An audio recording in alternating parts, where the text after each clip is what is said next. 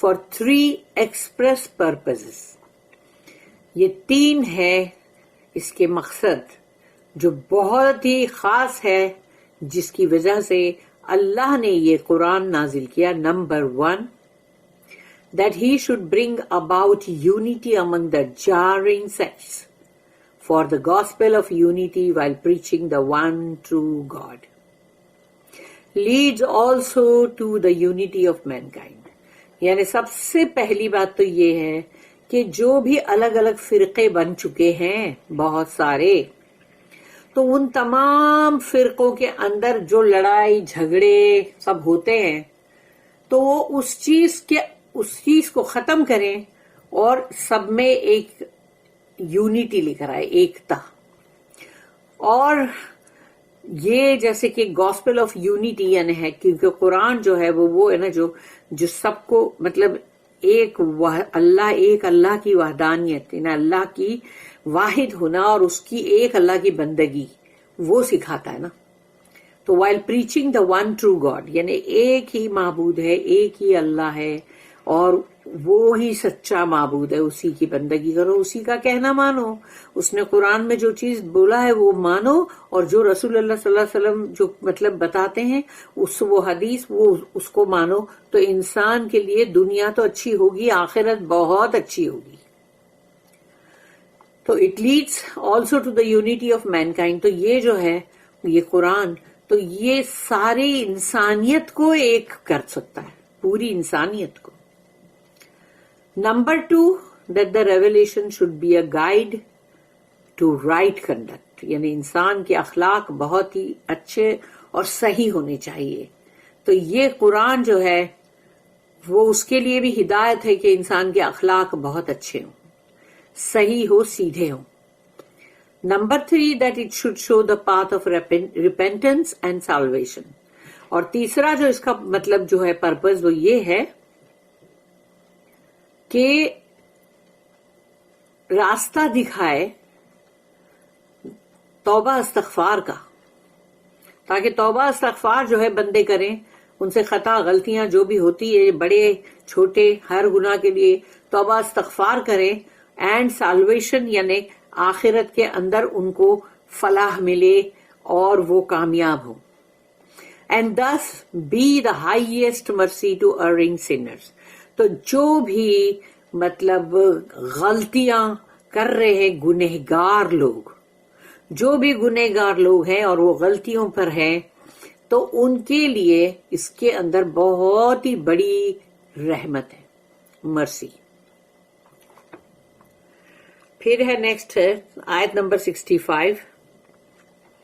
واللہ انزل من السماء ماء فَأَحْيَا بِهِ الْأَرْضَ بَعْدَ مَوْتِهَا إِنَّ فِي ذَلِكَ لَآيَةً لِقَوْمٍ يَسْمَعُونَ. وَاللَّهُ أَنزَلَ، اور اللہ ہی ہے جو نازل کرتا ہے، یعنی کہ نیچے اتارتا ہے، بھیجتا ہے نیچے. مِنَ السَّمَاءِ مَاءً، آسمان سے پانی، بارش، رین. تو اللہ ہے جو بھیجتا ہے آسمان سے بارش. فَأَحْيَا بِهِ الْأَرْضَ، تو وہ جو زمین مردہ تھی وہ کریکس پڑ گئے تھے اس میں سوکھ کے، اور اس میں نہ تو کچھ اگ رہا تھا اور نہ ہی اس میں سے کسی کو کچھ مل رہا تھا. تو وہ جو زمین بنجر پڑی ہوئی تھی، تو اللہ کہتا ہے جب بارش اللہ نے اس پہ برسایا، فَأَحْيَا بِهِ الْأَرْضَ بعد موتها، تو اس کی موت کے بعد اللہ نے اس کو دوبارہ اس زمین کو زندہ کیا. تو زمین کو زندہ کرنے کا مطلب ہے اس پہ جیسے ہریالی جو اگنے لگتی چھوٹی چھوٹی، پھر دکھتا ہے گرین کارپیٹ کی طرح لگتا ہے، پھر آہستہ آہستہ اور بڑے ہوتے ہیں سب پیڑ پودے جو بھی ہے ہر چیز. تو اللہ کہتا ہے کہ ہم نے اس زمین کو اس کی موت کے بعد دوبارہ زندہ کیا نا. تو ان فی ذالک لآیۃ لقوم یسمعون، تو اب اس کے اندر ہے نشانی، سائن، آیت جس کو کہتے سائن.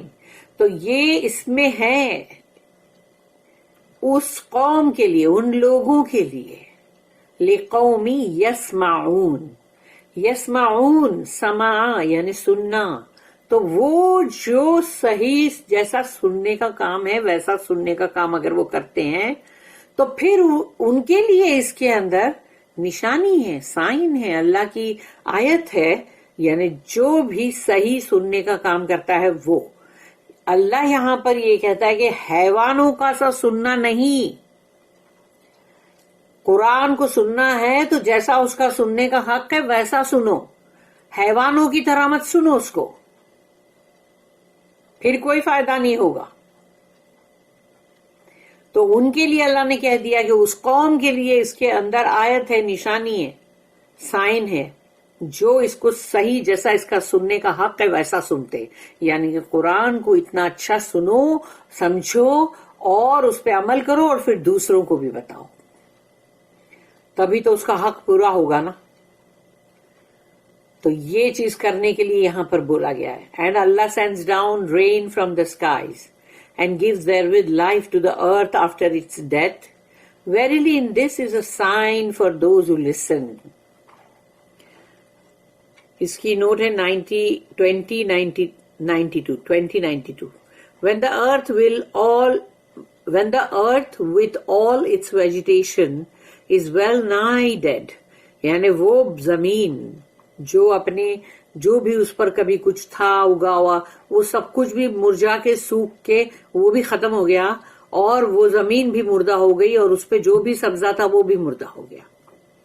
اور پھر وہ زمین جو ہے وہ پارچڈ، شریولڈ اپ، یعنی کہ وہ زمین جو ہے وہ اب ایک دم سوکھ چکی ہے. اور جس کو کہتے ہیں نا کہ اس کے اوپر جیسے کہ سکھڑ کے کیسے دکھتا ہے کہ رنکلی ہو جاتی نا پوری زمین، کریکس آ جاتے ہیں اس پہ، تو وہ سکھڑنا. اور vivifying shower of rain from above gives it new life. تو وہ بارش کے جو چھینٹے ہیں، جو شاور ہے، اس نے اس کے اندر نئی زندگی لے کر آئی، یعنی وہ زمین جو ہے وہ دوبارہ زندہ ہوئی. This natural phenomenon is a sign of Allah's infinite power. یعنی اللہ جو ہے اس کا جو پاور ہے، اس کی قدرت وہ بالکل اتھاہ ہے، اس کا کوئی انت نہیں ہے. یہ چیز ہم کو یہ جو عجوبے ہے اس کو دیکھ کے ہمیں پتہ چلتا ہے. Especially of his power to resurrect the dead. تو اللہ ایسے ہی جو مر چکے ہیں، جو مردہ ہیں، ان کو دوبارہ زندہ کرے گا، اٹھائے گا. ریزریکشن جو ہے وہ دوبارہ اٹھائے جانا، تو اللہ کے اندر وہ پاور ہے.